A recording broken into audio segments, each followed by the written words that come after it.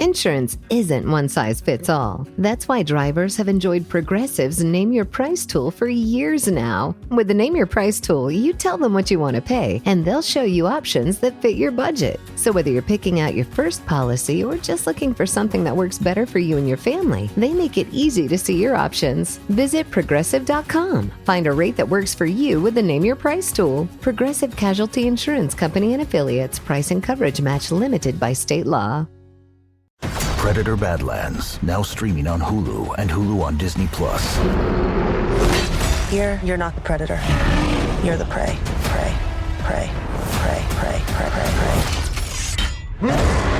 Critics are saying it's epic, stunning, and breathtaking. Many have come here.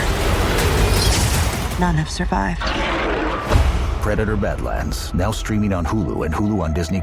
Rated PG-13. Who's with me? Yeah! All right, let's do this, people!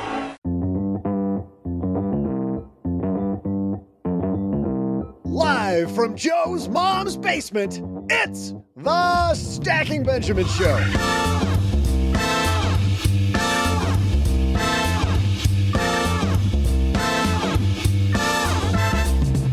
I'm Joe's mom's neighbor, Doug, and on today's roundtable, we're talking about debt with the woman who wants to see you indebted only to your mortgage broker. It's Paula, Pant. Then the guy who wants to help you avoid debt by maximizing your income. It's the host of the personal finance podcast, Andrew Giancola. And finally, the man who we're indebted to for joining us today. It's the host of Earn and Invest podcast, Doc G. But that's not all. Halfway through the show, I'll share my accumulated trivia question. And now a guy who owes a debt of gratitude to me, it's Joe Saul-Sehy. It's funny, we do owe a huge debt of gratitude to Doug, because people don't know this.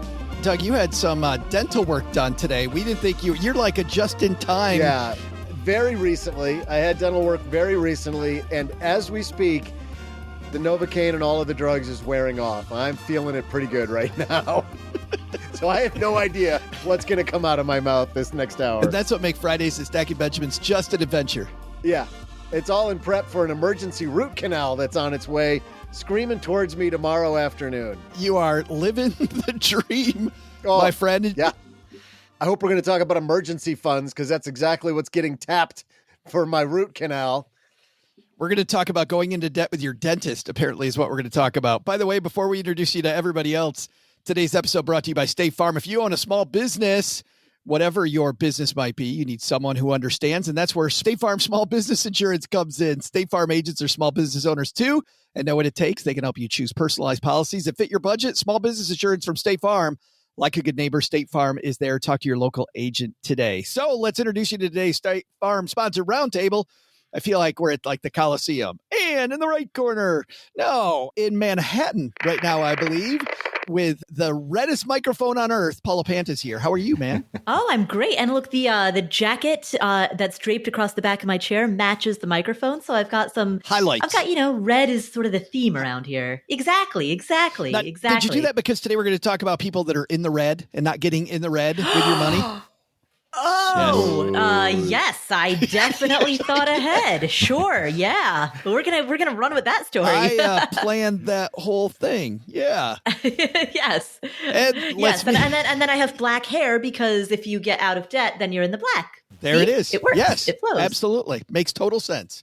And a guy who always makes sense on our sister podcast, the Earn and Invest Show. We're super happy he's back. Doc G's here. How are you, my friend? Well, actually, it's not just amazing that Doug is here. In fact, I think he's kind of a wuss. I had hernia surgery this morning, both sides. And ran 5 miles after, right?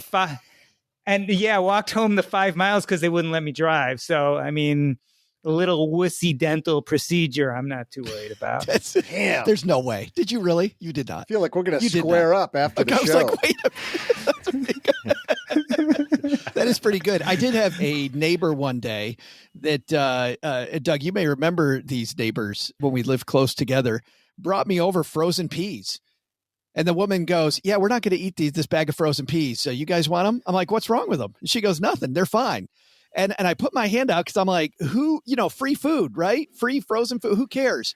And I put my hand out and then I put it back away because I realized her husband had just had a vasectomy that morning. And even though the peas were fine, I wasn't going near those peas. No, thank you. And the guy is wondering, why the hell do I get to follow the vasectomy story? He's back for the Personal Finance Podcast. Andrew Giancola joins us. Hey, man, good to see you. Those are my favorite stories to follow, actually. And I love debt puns, and you guys are killing it right now. 10 out of 10 so far. So I love this. Well, you got to bring one. You got one of your own? I got to come up with one. I'll come up with one by the end of the show for sure. I don't have them locked and loaded like you guys do. He's got to go jump on. Yeah, you got to come here more often, Andrew, so you can, get the ninja dad joke stuff going. Exactly. So the debt that he owes us is a pun. Oh, that's God. Right. Is upon us? I don't know. Andrew, quick, before we keep going, tell everybody that hasn't seen your prior appearances, doesn't know about the Personal Finance Podcast, about the awesomeness of your show, man. Absolutely. So I'm the host of the Personal Finance Podcast, and we just try to make personal finance as simple as possible. So that is kind of our entire goal, and that's exactly what we do. It's a really cryptic name. I don't know how you came up with it. Exactly. I try to make it as cryptic as possible. Yeah. What exactly do you cover? Well, personal finance. Exactly. Yeah. Well, I'm glad you're here with us, Andrew. Again, we always have fun when you're here. We've got you. We got Paula Pant. We got Doc G. We got neighbor Doug. Well, kind of got neighbor. We got like 3/4 of neighbor Doug right now. Before we get into it, there's a reason why this show is free. We love the fact that it's free, and we've got amazing sponsors that help us keep it free. We're going to hear from one of those right now. I had a breakfast mentoring meeting yesterday with a young woman who was just amazing. She is graduating from college with a degree in wealth management, and she reached out hoping for some pointers. And listen, if somebody's in Texarkana and wants to go into this beautiful field of personal finance and helping people get their money together, that is incredible. But even more incredible is how she reached out, how she was trying to network. And I was having a discussion that finding the right person and avoiding the wrong person for a role, that's what can make or break an organization. And we just don't see that many qualified people. So how do you find them? Well, Indeed sponsored jobs is a boost whenever you need to find quality talent. If you're hiring, Indeed is all you need. You can stop struggling to get your job post even seen on other sites. You'll match with quality candidates with Indeed's sponsored jobs. Get matched with and hire quality candidates who can drive the results you need. Reach candidates who meet your specific criteria like skills, certifications, or location. It drives me crazy when I'm matched with all kinds of people who aren't a fit. I don't have that kind of time. People are finding quality hires on Indeed right now. In the minute I've been talking to you, companies like yours made 27 hires on Indeed, according to Indeed data worldwide. Sponsored jobs posted directly on Indeed are 95% more likely to report a hire than non-sponsored jobs. Spend less time searching and more time actually interviewing candidates who check all the boxes. Less stress, less time, more results. When you need the right person to cut through the chaos, this is a job for Indeed sponsored job. And here's what's cool, stackers. You're going to get $75 in sponsored job credit to help get your job the premium status it deserves at Indeed.com/podcast. Just go to Indeed.com/podcast right now and support Stacking Benjamins by saying you heard about Indeed right here at Stacking Benjamins. Indeed.com/podcast. Terms and conditions apply. Hiring, do it the right way with Indeed. All right, time for us to talk about debt. So let's go.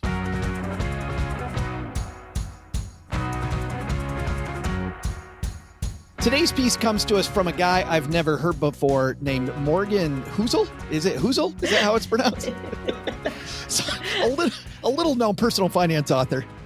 I might have thought a thing or two before, but for those of you that don't know who Morgan Housel is, he has been on the Afford Anything podcast. Many times, yes. He's incredible. One of the most brilliant minds in personal finance. Yeah, behind the present company, right? That was what you were going to say next. Wow. Yes. Present company excluded. One of the most brilliant minds in personal finance. Right.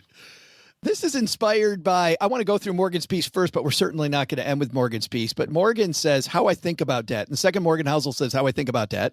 I'm either going to call Morgan Housel, or in this case, I thought, you know what? With Andrew being here and personal finance and Doc G and Paula, this is the perfect group to kind of bandy about, as Mom says, all the things that Morgan talks about. So Morgan begins, and by the way, if you don't have this in front of you, Stackers, no big deal. You can go to the website, stackingbenjamins.com, and look it up, but you're not going to need it. We will tell you everything you need to know about this. He begins talking about this quote from a guy, Kent Nurburn. He says, debt defines your future, and when your future is defined, hope begins to die. Andrew, when you read that, debt defines your future, when your future is defined, hope begins to die, what did you think of that quote? I thought that was a very interesting quote. And, when it comes to looking at the difference between debt and no debt, it is something that overall for me, there's a huge debate back and forth. And there's a lot of things that we can talk through as we go through this episode today. But I just think that is something that is a drastic quote when you think about debt and how you kind of think through, this entire scope of debt, and something that I think is one end of the spectrum for sure. There's what I call the Ramsey end of the spectrum, which is just no debt whatsoever. And on the other end of the spectrum, you can kind of see people who are get way too aggressive, which we can talk through today. Yeah, leveraged all the time. Yeah. Morgan continues, not only does hope begin to die, but the number of outcomes you can endure does too. Paula, he talks about then all the things that are going to happen in your life, right? We're going to have recessions, wars, divorces, illness, moves, floods, change of heart. Mm-hmm. All these different things are going to happen, and those might change our financial situation. And he says if you don't have debt, well, then this volatility that's in your life, what does he say? Does he say that you can handle it better without debt? So essentially what he says is that if you imagine a graph of your life, right? And you imagine the volatility. So just have that visual in your mind, right? So you can imagine these ups, these downs, glorious moments and treacherous moments. And if you imagine what you're currently able to handle as an upper threshold and a lower threshold, right? Without debt, the upper and lower boundaries of that threshold are fairly wide, but with debt, those boundaries start to narrow, that range narrows. And with the more debt you have, the narrower that range goes. So debt essentially narrows the range of volatility that you are able to withstand. Let's take a second, Paula, though, and talk about why that is for people that are new to this game. Because there was a time when I thought, and Andrew, you alluded to this earlier, using other people's money was great. I didn't understand any of it. I just had my first credit card, and I was like, man, we are going out to dinner, everybody, and American Express is paying for it. So, Paula, why is it that the range is narrower if you have debt? You have a given obligation. And we all inherently have certain obligations that we can never escape. We have to eat, for example. There's no escaping that. We have to live indoors. There's no escaping that. But beyond the unchanging obligations, debt adds yet another burden that then shackles us and decreases the amount of autonomy and freedom that we have.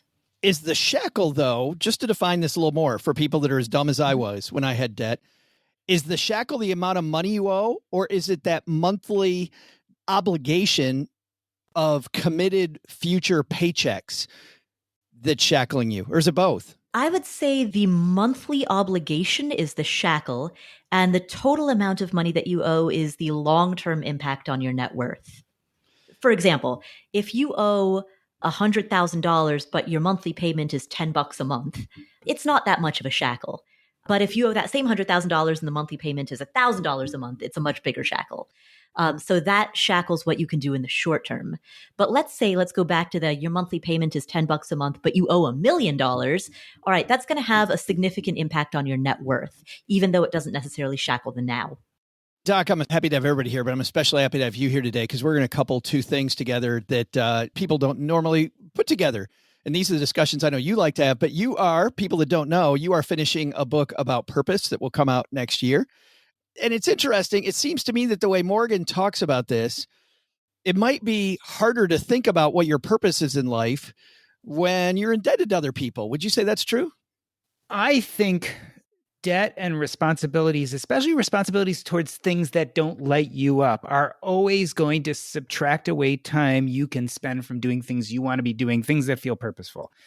And so the question is, what role does debt play in your life? And let me give you two scenarios. I could take out debt to become a world-class skier, and that's something that really excites me, and skiing really lights me up. In this case, debt actually is an enabler for me to do something I really want to do.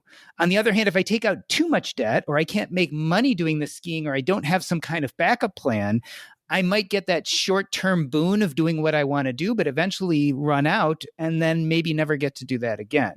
So let's compare that to something else. Let's say I really am not that connected to owning a house, but I've heard that everyone should own a house. So I'm going to take out a huge amount of debt to buy this really, really big house because that's how I'm going to keep up with the Joneses. And that's something I think is important. But the problem is that debt doesn't go to something that's really purposeful for me. So I have this big house, but that doesn't really light me up. And then I'm really shackled by that debt. And so what I really think about is debt can be both an enabler or it can be an inhibitor. And it really depends on how you use it. And I would also argue it depends on what season of your life you use it in. Because I think when we use debt when we're very young and we have a high risk tolerance, we can manage some of that volatility that comes with debt and risk. Whereas when we get older and we have a lot more to lose, and going bankrupt when you're 60 or 70 is a big difference than going bankrupt when you're 25. Debt doesn't serve us nearly as well as we get older, but could really serve us when we're younger. In fact, I always tell people the best way to make a lot of money if you don't have a trade, if you don't have a skill set that's going to make you a lot of money is through real estate. And how do you do that? Well, as a young person, you do it through leverage. Debt can be a wonderful enabler if used correctly. Paul, I remember Josh Dorkin, the creator of Bigger Pockets, I've had wonderful discussions with Josh, but a great discussion. Josh talked about during the run up after 2007, 2008 of real estate over the subsequent decade. And he was talking about how, how just before that 2007, 2008, you saw all those infomercials on TV for older people. Carlton Sheets was a guy. Doug, you remember that guy, sure. Carlton Sheets? Mm-hmm. They had all these guys on TV talking about make money quickly in real estate. And we have that today still, right? We got these people make money now, not as many as we had a few years ago, but we have all these people there. And Paula, I remember Josh telling me, to Doc's point, that real estate creates millionaires faster because of leverage. And it also flushes the toilet faster when things go bad because so many people wash out and get in trouble because they use so much debt. As a real estate investor, what do you think of that? I absolutely agree with that. So 2 points. Number one is that the word leverage is perfect because it evokes the image of a lever, right? And a lever is simply something that propels you either upward or downward a lot faster. So leverage is actually it is a lever in either direction. The second thing is with real estate specifically, real estate is the one type of debt that the average person, the average middle-class person in the US is able to access. Most people are not able to access small business loans without a lot of hassle and headache. Most people, I don't believe, are able to access buying stocks on margin, or if they are, it's just a very small amount. But real estate is the one type of debt that the average middle-class American can access. And so I think that's why it becomes that lever for so many people. Andrew, when Doc was talking, he's talking about early in life and using debt. It brings up this phrase that you and I hear all the time, man. You ready for these two words? Good debt. Is there such a thing as good debt? I think that there can be, and I think real estate's a great example of something that can be good debt, because one big thing with real estate, obviously, is you make all your money when you run the numbers up front. It's all made in the beginning, and you're making sure that you're actually running the numbers properly and that the property is actually cash flowing. And when you do that, a lot of times you can figure out, hey, is this going to cash flow? Is this going to make me extra money? And can I pay off the mortgage in addition to making sure all the other numbers are correct and factoring in all the expenses? And so when you do things like that, where you can utilize debt in a way that can create more income for you, I think there can be good debt out there. Another way to do this, and the cool thing about real estate, is you can also get really creative in the way you structure debt. So for example, you can find off-market properties where you can talk to the seller and do seller financing. Seller financing is one of my favorite ways to find good debt, because the amount that you guarantee is more so on the property instead of owing the actual total amount left if something were to happen or some catastrophic event. So there's a lot of things where you have reduced guarantees when you do seller financing with businesses and or when it comes to real estate. So there are situations where you can find good debt. Another great example is going out and buying a business like we're talking about here, where this is something I did over the course of the last year, and we structured it in a seller financing way where we had this seller financing set up, but the personal guarantee renews once a year for 1 year every single year. So the guarantees are a little bit different how we structured those. But there's just various creative ways that you can do some of this stuff when it comes to good debt. So I see good debt as something where it's got to be, you got to understand and really know what you're doing. You have to understand what you're investing in. And if you do have an understanding of that and you do it in the right way up front, I can see that there can be good debt as long as you're cash flowing. So many questions, but what does the personal guarantee mean? So a personal guarantee is where you actually guarantee that you will pay back a specific amount. So, typically if you're doing something like a mortgage, for example, the personal guarantee is going to be for the entire amount of the mortgage. Whereas if you have a personal guarantee on something like seller financed, where you have a seller financing deal there, you can really structure these terms in different ways. For example, one way that you can do it is the actual house is the guarantee. They get the house back if you default on the loan. That's one big way that you can do it, whereas you're not going to owe the rest of the amount. Another way to structure it, like with the business that we did, was you personally guarantee 1 year of payments. And then outside of that, everything else is something where it's just rolling 1 year every single year. And so when you have those structures in place, it reduces your liability if anything were to ever happen. It's funny, Doc, as Andrew's talking, and the way he talks about debt and numbers, I realize that companies have CFOs, and that CFO's job is to structure debt in a way that makes the most sense for the company. But I don't think, Doc, most people think of debt as if they have any type of debt strategy like a CFO. I don't know. Maybe we should. Well, I mean, we're really talking about risk mitigation here. And I think that's the name of the game. That's the name of the game when it comes to debt. It's the name of the game. If debt is the dame, it's the name of the dame when it comes to debt, because really what you want to do, and again, especially when you're younger, you can take more risk. So your risk mitigation may not be as strong as you get older, you start mitigating that risk more and more. And so even if you're, for instance, a real estate investor, you'll see when they're young, a lot of people use a ton of leverage, but as they get more properties and more cash flow, what do? They start paying down those debts.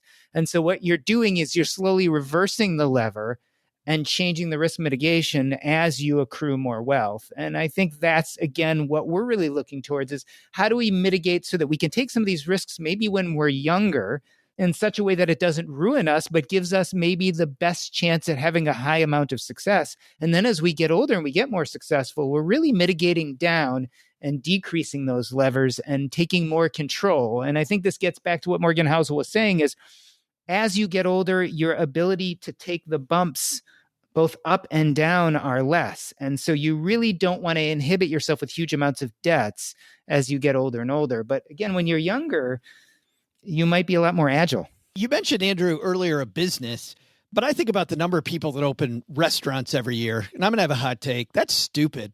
Agreed. Like you look at the number of restaurants that close every year in America, you've never run a restaurant before, and you're going to be the one that succeeds.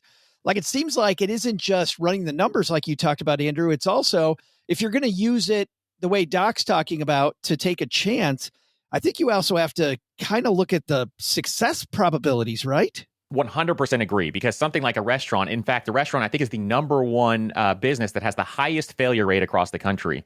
So when you look at something like a restaurant, I would be much less likely to take on debt for a business like that than a business that's actually already cash flowing and something that you know is actually working already. So there's two different sides to that coin. If it's a startup or something like that, I'd be less likely to take on a ton of debt. I'd rather bootstrap that business.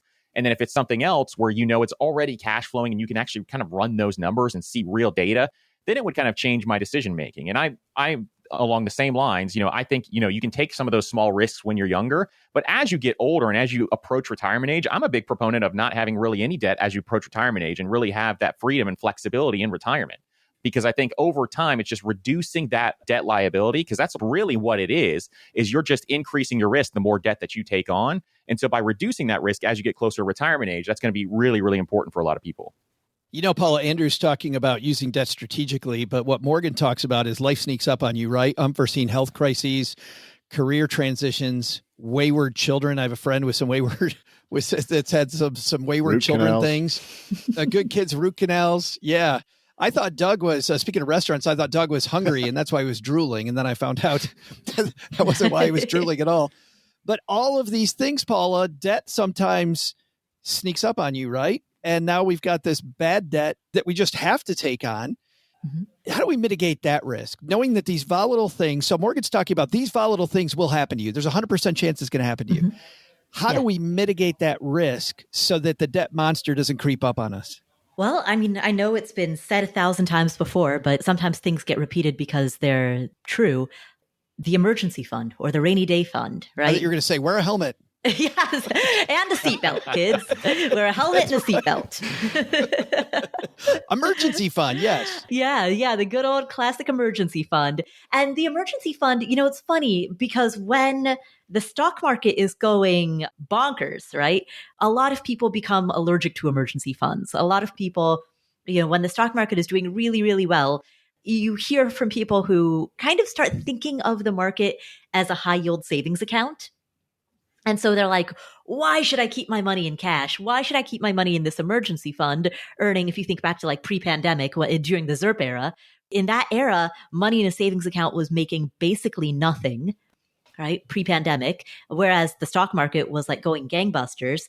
And so many people were like, why should I lock up my money in the savings account that's earning next to zero interest when I could be putting it in the S&P 500 and it's going to go like, phew. But then something like 2020 hits. Yeah, exactly. We're like, well. Precisely. But it's when those moments hit that you realize, A, the stock market is not a high yield savings account, and B, this is precisely why it's so necessary to have cash on hand.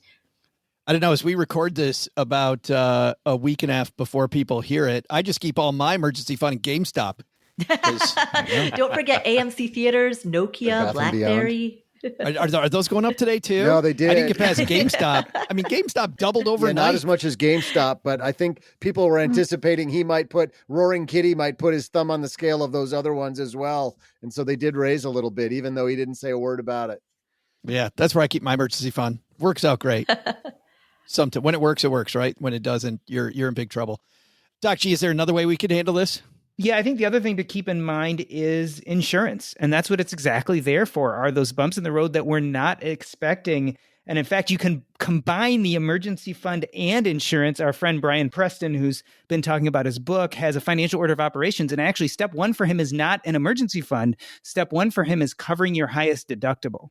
Right. So if you're at the really beginning of this process and you want to start risk mitigating, save enough money to cover your highest deductible. It's a start. And that way you let insurance do some of the heavy lifting, but at least you can cover that deductible if you need to. Well, I love you saying that because I think this is where young people get it wrong often. So if you're hanging out here, Stackers, and you're just starting, I see young people with a limited amount of money to get into savings, put all the money in savings, and they forego insurance. They skimp on insurance.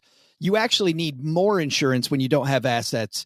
And then as your asset base rises, then cancel those coverages.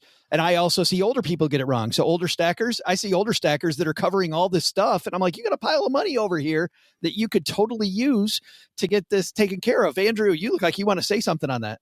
For sure. And I think that it's really important to kind of have that in play because especially early on, most people don't understand this, but they need to have that insurance in place and it helps just cover them from that standpoint. And when it comes to the emergency fund and having that cash on hand as well, I really see people say, 3 to 6 months. I think 3 months is way too low. I think you have to be up to closer to 6 months cash on hand when it comes to your expenses. And as time goes on, the more debt you take on if you're a business owner or whatever else, I think that number needs to creep up even more. And a lot of people will say, hey, I'd rather have those dollars invested, but really it's risk mitigation. And if you're taking on some of this debt or you're a business owner, there are things that are going to happen. Right? Life is going to happen. Something's going to happen to you. I've had 12 things happen to me this month already that I didn't expect. And so that's something where we definitely have to have that on hand to protect ourselves. So that combination of insurance and having that emergency fund is really, really important. I think there actually is, as we're talking, I keep extending this half of the show, but I do think there's one more thing too. Too many people do back of the envelope math when it comes to their monthly expenses. And I think the lack of a budget often gets you into trouble. Because I know for me, that was part of it for me. Man, my kids were born. I had no idea how expensive diapers were going to be. I would not factor in if my car broke down. Like my back of the envelope math in my head was if everything goes perfect. And because of that, I thought I had a balanced budget. Once I figured out that was part of the problem several years later after I was way in debt, all of a sudden I realized I had to budget for these things like the new tires or whatever. To your point, Andrew, the problem of the week, right? The problem of the day. I had to budget for that. So I think the budget has a lot to do with it too. In just a few minutes, we're going to make this a little more philosophical. There we go. Easy for me to say. But before we go into debt and philosophy and maybe a couple hot takes here on debt that I'd love to run by our panel, we're going to get a little contrarian. We have in the middle of every Friday episode an epic battle to the death except it's not to the death. It's just at the end of the year. Between our three contributors, the Paula Pant, Mr. OG, and since we got OG and Doc G, I think we should keep the G's together, and we'll have Doc G play on behalf of OG and my mom. My mom never plays on her own behalf. She can't be bothered to come down those stairs. So, Andrew, you're playing on behalf of Mom, which brings up good news and bad news. Which one would you like first? I'll go with the bad news first. Well, the bad news is that Mom took over for Len Penzo, and Len won last year. So Mom de facto is our champion, and she's tied for first with 5 points, which means you have to guess first this time. That's the part that stinks. The good news, though, is you're in first place. The weird news, you want to hear the weird news, Andrew? I do. You're tied with Paula Pant, which everybody's going, what the hell? How did this happen? Mom's got 5. Paula's got 5. OG, two-time winner of this thing, is in last with 4. So Docky's already in last, so you can't do much more damage. So you're good. All I can do is bring him up. It's only upside for you. All right, those are the stakes. It's 5-5-4. Doug, you've got some trivia if you can get through this without drooling. Hey there, stackers. I'm Joe's mom's neighbor, Doug.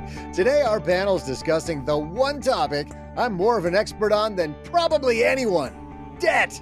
I don't mean to sound cocky, but I've always had a knack for it. Whenever the Powerball gets to an astronomical amount, you always hear people say they could never spend that in their lifetime. Ha! Amateurs! I could spend any amount of money in a week. Tops. I wouldn't even have to win it first. I've racked up tens of thousands of dollars in debt on all kinds of things. Endless accessories for the El Camino, duh, no brainer. A lock of David Lee Roth's hair I found on eBay, a $9,000... Totally had to go into debt for that, Doug. Totally had to. My hands were tied.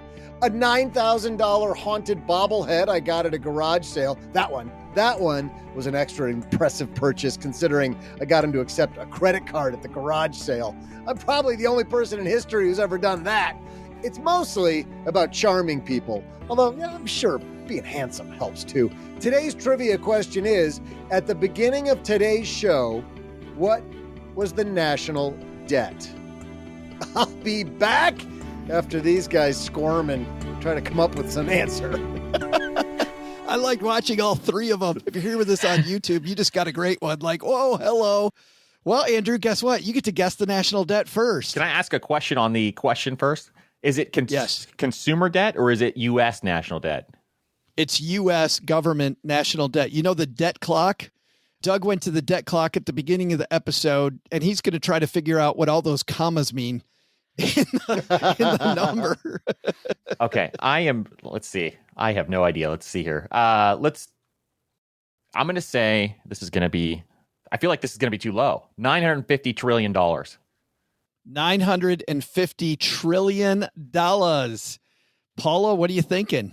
It's so weird to call you second. I know, right? This never happens. First, I have to say, in full disclosure, I am currently, for those of you watching on YouTube, I'm currently sitting in an office that I have, a rented office in Times Square.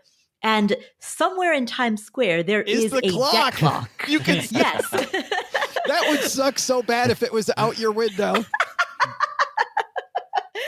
So I was like craning my neck. Paula got it to the dollar. Yeah, exactly. Right.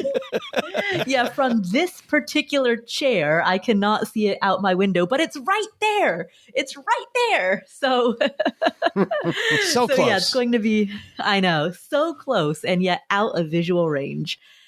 Oh man, 950 trillion. Let's see. I need to give some type of a range. I'm going to go with, how much is a trillion? 500 trillion? 500. Let's go with 500 trillion. Trillion. What's 450 trillion between friends? I mean, that's keeping it pretty close. Well, hold on. Can I take back that answer?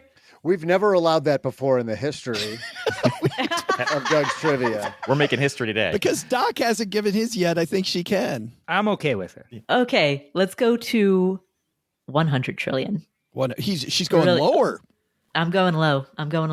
She's going lower. So going low. I think one's too low and one's too high. So, and the laziness of not giving you the exact number, I'll go with 101 trillion.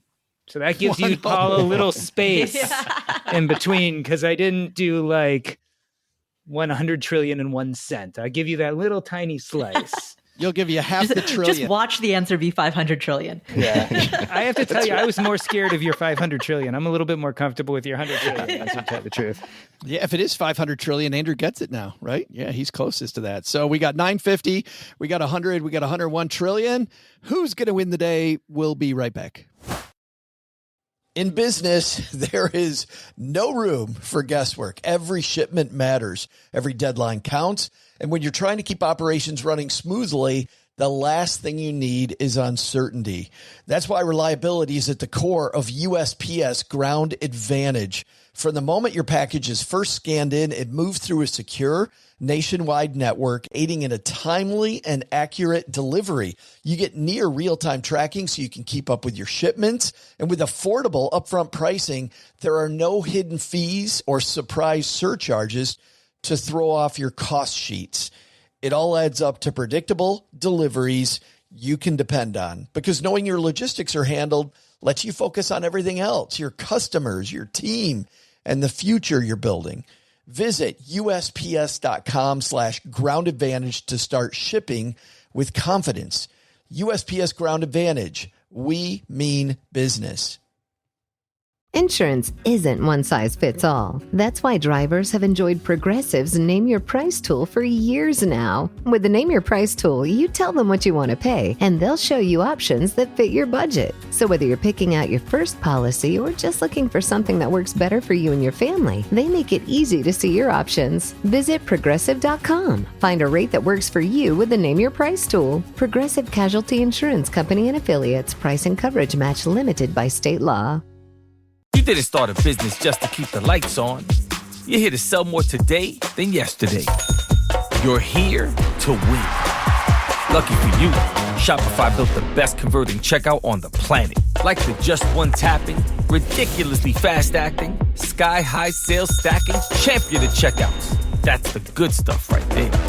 So if your business is in it to win it, win with Shopify.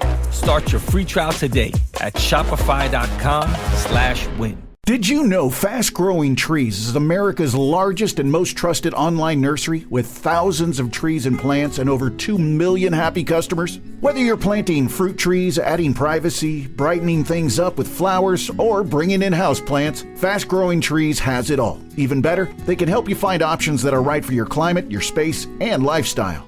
Click Order Grow. Every plant arrives healthy with the Alive and Thrive guarantee straight to your door. So if you're ready to get planting, this is the moment. Right now, they have great deals on spring planting essentials, up to half off on select plants. And listeners to our show get 20% off their first purchase when using the code WWO at checkout. That's an additional 20% off. Better plants and better growing at fastgrowingtrees.com using the code WWO at checkout. Fastgrowingtrees.com, code WWO. Now's the perfect time to plant. Let's grow together. Use WWO to save today. Offer is valid for a limited time. Terms and conditions apply. Go to growingfasttrees.com for details. Andrew, you thought you were too low with 950 trillion. These people thought you were too high. What do you think? I think I am probably, now after thinking it through, I'm probably a little too high, but at the same time, we'll see what happens here. I think I give you my logic behind it, but I was thinking through like just personal debt, and I know what some of those numbers are, and they're in the trillions for sure. And so that's where I went way up. This might be the first show Stacky Benjamins has had, any podcast has had in the past 10 years where we're thinking the national debt, our national debt numbers are too high. Exactly. The debt's way lower than what we think. Yeah. Paula, 100 trillion looked good until Doc G took half of that equation. Yeah, so the reason that I lowered it is because I remember Sam Altman, who's the CEO of OpenAI, said that he wanted to raise some amount of money. And then commentators were saying that that amount of money is equivalent to some major global something. Very specific. I know, exactly. I don't remember any of the details, but I remember it being a smaller-ish number. I don't know. It just kind of inspired me to move the number down. Yes. Well, if Sam Bankman-Fried inspired you, I'm not sure how great that is. Sam Altman. Oh, Sam Altman. One of the Sams. Yeah. One of them. One of the Sams. That's a much better Sam. Uncle Sam. Two ends of the Sam spectrum. Totally different ends of Sam. Yeah. And Doc 101, you feeling good? No, but yeah, it seemed like the thing to do. I think my guess was it was closer to Paula's number than Andrew's, but I have no idea. I think Doc G's just happy he's in the middle. He's not 100 million above everybody like some weeks that he's here. Yeah. I will not be the last. All right. Well, we're going to find out if you're first, though, Doc. Doug, what's our trivia answer? Hey there, stackers. I'm strange item collector and spiraling into more debt by the minute, Joe's mom's neighbor Doug. Just to prove to you that I'm the expert I claim to be, during the break I racked up another $9,000 in debt. But just check this out. Within 3 to 5 business days, I'll have my very own outdoor gazebo and sunroom. That was only $6,000, so then I had to buy all the sweet new furniture to put in it as well, as one does. Today's trivia question is, at the beginning of today's show, what was the national debt? The answer? While the U.S. is in an impressive amount of debt, we don't even crack the top 10 countries when you measure by percentage of GDP. Lebanon is at the highest at roughly 350% of their GDP, while the U.S. sits in 12th place at just over 121% of our GDP. What's the answer? Well, I never tell you that. First, I will say that Andrew guessed 950 trillion, which means he was over by just a mere 916 trillion. Paula guessed, Doc G guessed 101 trillion. He was over by 67. Oh my God, this isn't going to happen, is it? Paula was over by 66 trillion with her guess of 100. With the United States GDP at roughly $28.8 billion, the total dollar amount of our national debt at the beginning of today's show was $34,736,409,115,214.36. Paula is truly stunned. Wow. I can see it on her face. She's truly stunned. Wow. Paula's not the only one stunned. What the hell's going on? Well, this time I do have a speech prepared. I'd like to thank Sam Altman, the good side of the Sam spectrum. I would not thank Sam Bankman-Fried. Yes, exactly. But I would like to thank Sam Altman for asking for some amount of money for OpenAI that's comparable to some other amount of money that made me want to lower the guess. The guess. That is fabulous. Of course, AI wins the day again, Paula. There it is. Yeah, exactly. On to the second half of today's show about debt, because we don't want Paula to get a big head and gloat too much. The second half of the show is brought to you by depositaccounts.com. Andrew, you know what happens when you go to depositaccounts.com? I can't wait to hear. Dude, you find out that brick and mortar bank where you've got your savings account, your CD, your checking, your money market, you know what? It might suck. It might not be that great. At depositaccounts.com for free, you can compare more than 275,000 deposit rates from over 11,000 banks and credit unions for free. So you can compare, see just how you're doing, and you might want to change. Because you look at the top banks, they're nowhere near the national average. As an example, on a savings account, national average 0.52. I was talking to somebody at Bank of America the other day. I think they're at 0.04. National average 0.52. Top 1% savings account, as we record this, 4.97, almost 5%. All I did was went to depositaccounts.com and I saw what the top 1% was, and you can click on that button, see where those are, compare, ditch, switch, and save. All right, let's dive into the second half of this, and I want to go right for the jugular. Doc G. Of course. I want to talk about purpose here for a moment, because what's interesting when we talk about purpose is I have been visiting some art museums lately. And there was a trend that I saw among many of the greatest masters on earth.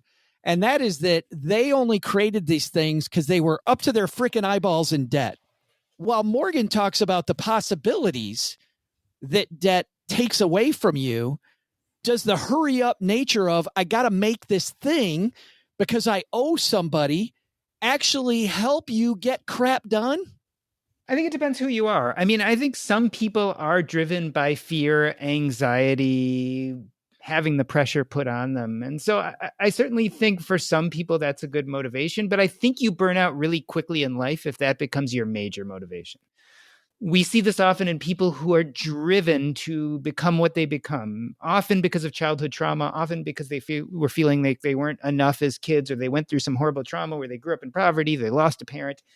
And that really drives them to become the wonderful things they become. But that doesn't necessarily lead to happiness. And certainly it often leads to burnout. And so I think it's a double-edged sword. I mean, ideally, we love to take those kind of things, put them in a bottle and use them for short periods of time to help us do ridiculously amazing things. But you don't want to live a whole life that way. But you start thinking about that, Paula, personal happiness versus a legacy. Your stuff is in the top museums in the world. You are remembered forever by people forever and ever and ever. But there's no guarantee that that's going to happen. You know, in fact, many great artists died in obscurity, and their works did not become famous until much later. And so many of them died unaware that they would ever have a legacy that would one day be remembered. I'm counting on that. Wait, what? I think something really interesting to remember here is the people who create the Monets and the Renoirs and all these people, we always talk about their legacy. But the truth of the matter is, for every million people who want to be someone like that, they're actually going to fall laughably short and feel anxiety and stress. But think about the people who really made a difference in your life. They weren't the Renoirs. They weren't the Monets. If you love baseball, it wasn't the Mickey Mantles. The people who probably made a big difference in your life, who truly left a legacy, were those people you were close to, who connected with you, who taught you something, who gave you something of importance. It was those people who in very little ways showed you who they were and therefore modeled this wonderful behavior that you eventually took with you. And those are the people who probably leave a much bigger legacy than the people who create these amazing things that we all strive to. Unfortunately, for a lot of people, those amazing people actually leave a legacy of anxiety and stress because a lot of people will never be good enough to be those people. But is that a reason, Andrew? What he's saying, is that a reason not to try? Yeah. So overall, I think it's something like we talked about a little bit earlier, too. I think it's worth your time if you know what you're doing to try. But over time, I think, that stress and anxiety is going to come up over time. And I think that's something that we want to really reduce. I think money is there to reduce your stress and anxiety. And once you figure out how to actually utilize it as a tool in that way, I think it's much more important to reduce that stress and anxiety for most people than to long-term do something that would be a detriment to your finances. But it's worth trying. And if it's something that you are willing to stick with over time, I think it's really, really powerful what you can do with debt if you do it the right way. It's funny what you and Doc are both talking about is kind of building a rubric around how you think about debt and how you think about the path that you're on. And it's funny, Paul, I'm going to go to you because you and I are both enamored. It's funny. I was super enamored by this guy the first time we talked about him. And then Paul and I had like maybe Paula, an hour and a half discussion. And I'm not kidding. We talked about this guy for an hour and a half. And then Paula, I think, became obsessed with him too. His name's Ken Honda. And Ken Honda talks about the way to think about debt. And he talks about, Paula, debt in a whole different way. Like if you're in debt, you've got the stress and anxiety. Do you remember the way he talks about debt? I don't remember offhand. I remember many of the things he said. I don't remember offhand. Yeah, this one really caught me as a guy that was in huge debt. About instead of thinking, woe is me, I don't have any great outcomes. Like I could read that Morgan Housel piece we did in the first half and go, I've got a lot of debt, so the answer is I'm screwed. Ken Honda says, how lucky am I that these people trust me enough to have loaned me this money, and I have the honor of being able to repay that trust and to give them back that trust every month. And it was so funny. I think seriously, if I had thought about my debt that way more in the 90s, I would have not suffered, Doc, some of that stress that you were talking about. Yeah, I mean, Ken talks a lot about, happy money. This idea that if you do things you love that light you up, you'll bring in happy money. And then it's actually, you need to take that money and spend it on things you love. So the idea is happy money coming in and happy money going out. And so interestingly enough, he's not against spending. He's more of the ilk of do things you love, connect with the important people in your life, and happy money will come in. And then you have to send it flowing back out into the universe. And I love the idea of that because it really changes the way we look at things like debt and leverage, et cetera. Yeah, there's a paradigm shift here. Yeah. It again gets back to what I think Andrew just talked about is realizing that money can be a really wonderful tool to show your intentions and your joy and your purpose. And I think that's what Ken often talks about. And maybe an elevated way to start thinking about these things once we have the privilege and luck to be past sustenance, right? Once you get past sustenance, once you can support your family and do some of the basic stuff, what if we could take this more elevated look and see it as much more of a joyful thing that allows us to take our intentions and our purpose and and create legacy, not in doing something amazing and outsized that everyone can look at in 100 years, but just putting goodness into the world and hopefully affecting other people around us. I thought about this, Paula, and I was originally coming to you with that before I realized with all the purpose stuff that Doc G talks about. But what I've just become the purpose guy. Well, yeah, he's a purpose guy. That's his purpose, is talking purpose. He's all purpose. That's all purpose. All purpose. Paul, initially, the reason I was coming to you is I was thinking about just this idea, I brought up the debt and the masters for a reason. These people were indebted to these people that commission these artworks. And often they even ripped off the masters, right? They got them for a lot less because the people owed them so much money. They're like, how about if I just paint something for you instead of pay you money?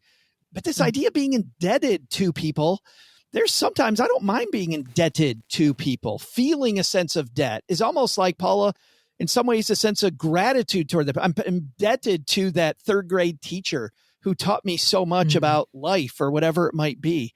I don't think being indebted has to be as negative as Morgan's talking about. I think the distinction is it voluntary or is it compulsory? So if you feel indebted, spiritually indebted to your third grade teacher because of the impact that she had on you or he or she had on you, that's a voluntary desire to want to do something to honor that impact. And that's different from compulsory, you owe the IRS money. Right. Well, but the fact that I owed the IRS money, let's get that, because I've been there too. I don't think there's anybody on earth I haven't owed some money to before. When I was having my debt problem and the fact that I got out of that, I now feel this pay it forward to other people that are in debt, right? Part of the reason why I think we all do what we do is we want to pay it forward to these people because we got so much help getting out of debt. I mean, Andrew, the idea of debt, is this really what for some of us can spur us on? For sure. I think that's the biggest reason why we talk about it all the time is we want to help people as much as possible get out of debt if they are in debt, specifically high interest debt. And that's the one that really is something that is a big deal to me because it's compound interest working against you essentially. And so that's one that you definitely want to make sure, that consumer debt, that credit card debt, all of those types of things are really, really important. And so getting people free from those chains, which that's what it is. It's a chain that is holding you down against you being able to build wealth, and getting free from those chains is one of the most powerful things you can do, especially if you had no idea how detrimental it is to your finances. This idea of no debt, though, Andrew, let's talk about that. I will see people that have no debt. They're not indebted to anybody. They feel very free. And because of that, they get absolutely nothing done in their life. Is the absence of debt sometimes in this chase that I don't owe anybody anything really, could it be killing us? It can be, I think, a detriment to some people. And really what it comes down to is, what is your ultimate financial goal? Are you trying to have a couple $1 million where you can retire and, you have a portfolio that's like lean fire, for example, or are you trying to have a larger portfolio because you have a larger purpose? And so when it comes to that ultimate goal, at the end, that kind of dictates partially what you're going to be doing when it comes to taking on some debt. So for example, if you're interested in fat fire, you may want to be a little more aggressive on taking on specific pieces of debt and investing in real estate and assets, those types of things. Whereas if you are happy in your job and you enjoy what you do every single day, you're thinking about working until you're in your 60s and you want to retire in your 60s, then maybe you don't have to take on as much debt, and or you may not have to take on any debt whatsoever. So it kind of depends on that final goal, but it can be a detriment to some people, specifically because the trade-offs of investing versus taking on debt. So for example, if you're paying cash for a house right up front, where you could be investing those dollars instead, where there's a low interest rate on your mortgage, then it may make a lot more sense to invest those dollars and take on that mortgage and pay a 2-3% mortgage rate like we saw in 2020, for example. So there are just situational things where it makes more sense to invest those dollars, but it depends on that situation. Doc, let's go to you. Same question. Is the lack of debt, can that also mean lack of purpose? No. I mean, I think the problem is if you require being under the gun or being in debt to either get something done or feel a sense of purpose, then the story you're telling yourself about yourself is really not a story of agency. It's a story of putting yourself in high-risk situations in order to motivate you. And so if someone really is in that position, I would say, you know what, you really need to look at the stories you tell yourself about yourself, because they're probably somewhat unhealthy stories. You shouldn't have to put yourself in a position that might not be good for you in order to motivate you. If you are, then that says a lot about your psyche. I mean, it kind of says, how do I feel about myself? I feel I'm not good enough to do the things I need to do or pursue the purpose I want or accomplish what I want to accomplish unless I'm literally being threatened with disaster. And so the problem with that is, while it may work, All it needs to do is fail once and you can get yourself in a really bad position. Paula, same question. So I'd like to draw a distinction between being under the gun versus being in debt. So if you're the type of person who needs the adrenaline of being up against a deadline and, got to get this done, the way that you could artificially create that sense within yourself, let's just assume that you're starting from right now, today, that you are debt free, right? We'll assume that as a starting point.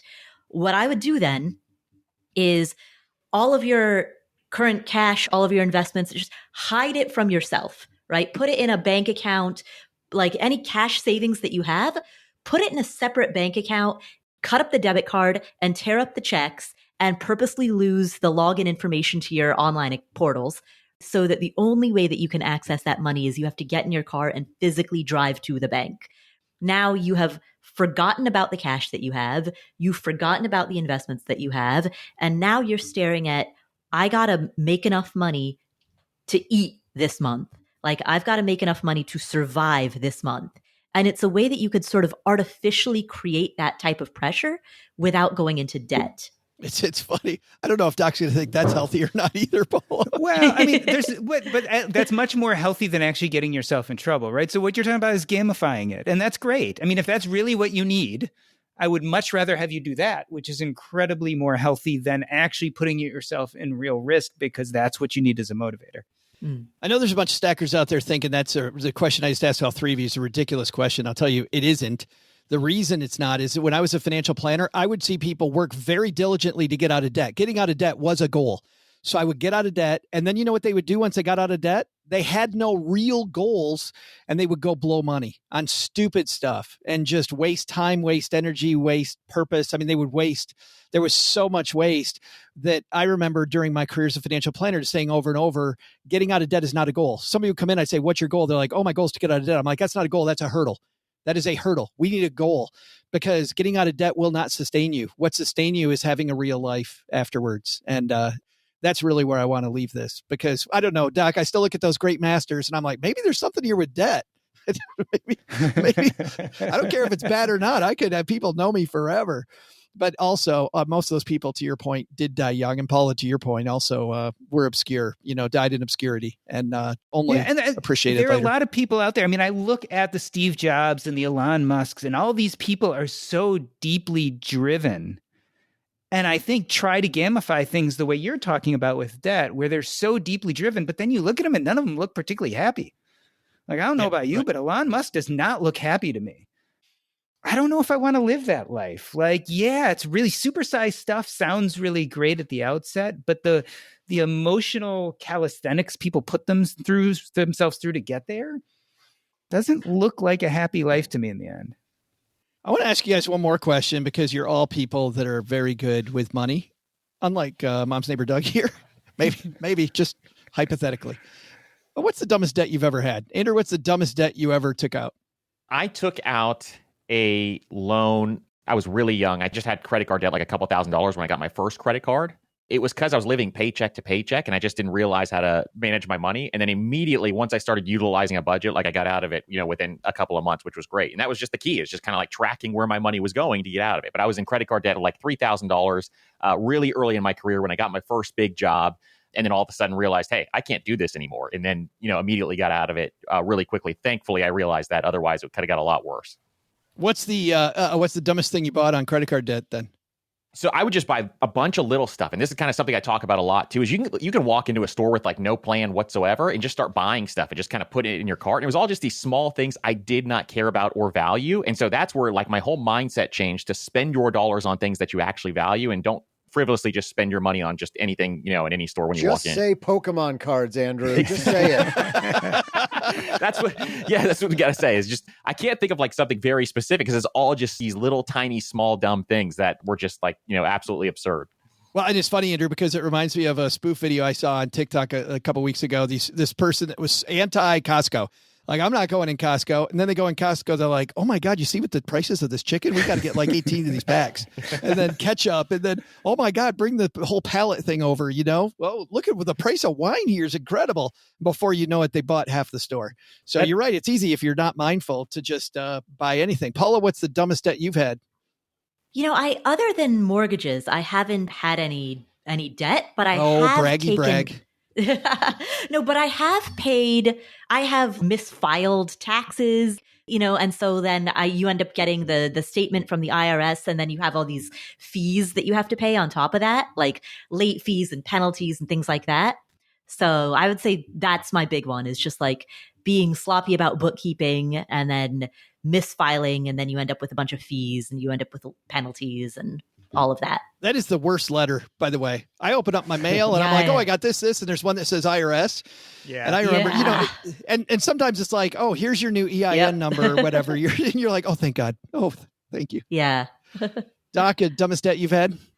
I've also been lucky enough to be born pretty much with a golden spoon in my mouth. God. But look at you. I will say that it didn't blow up in my face, but it could have. We bought our first house with a doctor's loan back in 2000. Doctor's loan, no money down, 8% interest rate. And we knew we weren't going to live there more than a few years. And so we only owned the house for 2 years. We happened to sell it for a huge profit, which was complete luck. But that could have really blown up in our face. Mine, I guess, might have to win then, because I used my student loans to buy a personal computer so I could play video games. Specifically. And look how successful he is today. So it didn't hurt him one bit. At the time, I justified it that, I'm going to do a bunch of schoolwork on this thing. Are you kidding me? 1992, and the internet didn't exist yet, right? And I'm going to do, quote, schoolwork on this computer. Nope. I was going to play Railroad Tycoon. Yes, I was ahead of my time. Right. Ahead of your time. All right, I think this game's over, guys. How about that for a transition, huh? Ninja. Let's find out what's going on where each of you are, so all of our stackers can follow more of your amazing work. Let's go ladies first. Paula, what's happening at the Afford Anything podcast? On the Afford Anything podcast, so we recently had an interview with the CEO of Cul-de-sac, which is a walkable community based in Arizona. He also was one of the founders of Open Door, which is a real estate transaction company. And so he talks about walkable cities, and designing cities to be car-free and designing a car-free life. We also have Brian Kelly, the points guy, who talks about how to fly all over the world on points. Like, he flies first class, not even business class, first class, entirely on points. Oh, and we have the Mad Fientist, a very loved character in the fire community. Yes. That's like seeing a groundhog now, or seeing you know what I mean? You're like, oh, I saw it. Yeah, exactly. Yeah. He doesn't, he's got his life in Scotland, so he doesn't work the podcast rounds very often, but I actually went out to Scotland and I saw him there. We had a really nice meal together, and we were going to record together in person, but then we just couldn't find a quiet place to record, and we were having too much fun hanging out. So we ended up just doing it virtually once I got back to the US. We all do love that guy, and getting a Mad Fientist sighting is awesome. That's at the Afford Anything podcast, where finer podcasts are distributed. Doc, what's going on at Earn and Invest these days, my friend? Well, we are interviewing, or I have interviewed, Sierra Rogers. She wrote a book called The Outsider Advantage. She is the creator of multi-million-dollar fashion design. She creates products for people who are not your average body type. I would just put it that way. She has dressed Kim Kardashian, Beyonce Knowles, and she wrote a book called The Outsider Advantage. She talks about growing up, being homeless, living out of a car, to where she's arrived today, and how she did it by being an outsider. Wow, that's cool.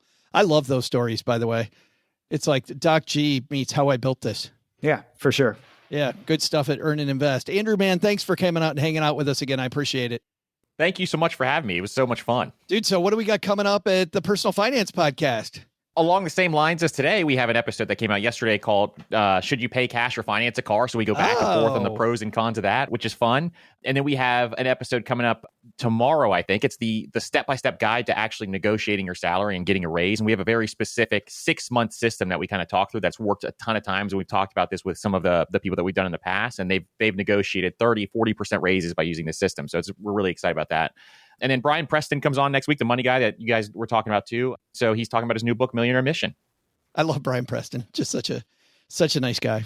Just defines nice guy. He is. He really is. And that is at the Personal Finance Podcast. Again, where Finer Podcast are distributed.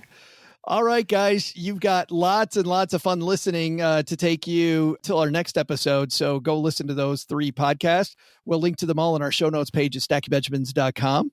And Doug, I think you got it from here, man. And by the way, we can't go away without saying a quick shout out to our friends hanging out with us live. We got Colin here with us. Guess who else is here with us, guys? Stephen Boyer is in the audience. Stephen Boyer from Camp Fi. Everybody go to Camp Fi. They got to go to Camp Fi. So Stephen, thanks for hanging out with us. And hello to everybody else hanging out in YouTube land. If you want to see us live on YouTube, become a member of our Facebook group. And that's where we post what's coming up next on YouTube, or just come to our YouTube page and we post it a couple days ahead of time about the exact day and time. So you can hang out with us and watch the show being made. All right. All of you get to hear this amazing piece though. Doug, what should be on our to-do list today? Well, Joe, I'll tell everybody what should be stacked up on your to-do list today. First, take some advice from Doc G. Debt can be either an enabler or an inhibitor based on how you use it. Want to be a World Cup ski racer? Doc says go for it. That's absolutely the best reason to go into debt. Second, he said it. Second, take a note from Andrew Giancola. Money should be a tool to reduce stress and anxiety. Debt, used the right way, can help with that. But used the wrong way, it can add more stress than a letter from a woman named Karen on your local HOA board. But what's the biggest to do? I gotta find a couple of side hustles to pay my credit card bills next month. If anyone needs coaching on how to get into debt, I'm available. I even accept credit cards and am willing to let you pay me as much as you can to kickstart your debt accumulation. Thanks to Andrew Giancola for joining us today. You can find his amazing podcast, The Personal Finance Podcast, wherever you're listening to us right now. We'll also include links in our show notes at stackingbenjamins.com. Thanks to Paula Pant for hanging out with us today. You'll find her fabulous podcast, Afford Anything, wherever you listen to the really good podcasts. And thanks also to Doc G for joining us. You can find his podcast, Earn and Invest, wherever you're listening to me and my sultry tones right now. This show is the property of SB Podcasts, LLC, copyright 2024, and is created by Joe Saul-Sehy. Our producer is Karen Repine. Karen and Joe get help from a few of our neighborhood friends. You'll find out about our awesome team at stackingbenjamins.com, along with the show notes and how you can find us on YouTube and all the usual social media spots. Come say hello. Oh yeah, and before I go, not only should you not take advice from these nerds, don't take advice from people you don't know. This show is for entertainment purposes only. Before making any financial decisions, speak with a real financial advisor. I'm Joe's mom's neighbor, Doug, and we'll see you next time back here at the Stacking Benjamins Show.